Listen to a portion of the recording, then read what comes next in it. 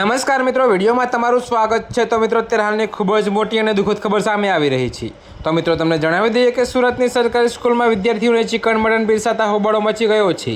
આ ઘટનાથી ગુજરાતભરમાં ગડબડાટ મચી ગયો છે।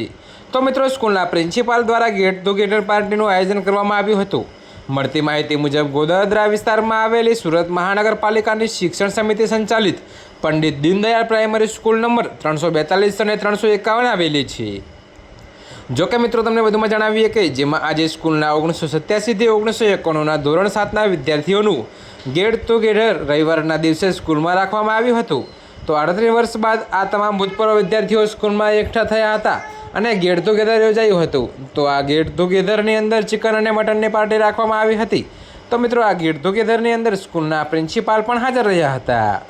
જોકે મિત્રો, તમને વધુમાં એ પણ જણાવી દઈએ કે પાલિકા સંચાલિત સરકારી સ્કૂલમાં અને શિક્ષાના ધામમાં નોનવેજ પીરસવામાં આવ્યું હોવાનો ફોટો અને વિડીયો સામે આવ્યા હતા।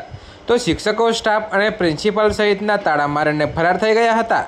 જોકે મિત્રો, સાથે જ જે ચિકન અને મટનનું મટીરિયલ વધ્યું હતું તેને એક રૂમમાં મૂકી દેવામાં આવ્યું હતું। તો મિત્રો, અત્યારે હાલ માટે આટલું જ। મળીશું નવી અપડેટ સાથે। અને જો તમને અમારા વિડીયો પસંદ આવતા હોય તો વિડીયોને લાઇક, કોમેન્ટ, શેર અને અમારી ચેનલને સબસ્ક્રાઈબ કરવાનું ભૂલતા નહીં મિત્રો।